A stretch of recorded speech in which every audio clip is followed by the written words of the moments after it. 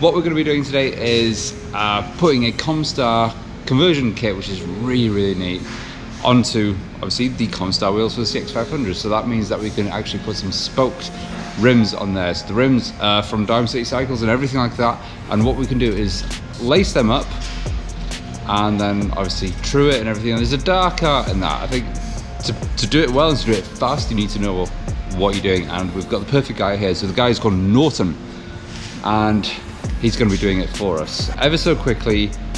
We've got a lot to do, so I'm not going to be that much going into depth. This is not a how to lace or true your wheel, but we'll be doing it anyway. And also putting some beautiful TKC 80 tires, some really knobbly chunky tires on the bike, so then it'll be actually rolling. So that'll be a great help. Let's do it.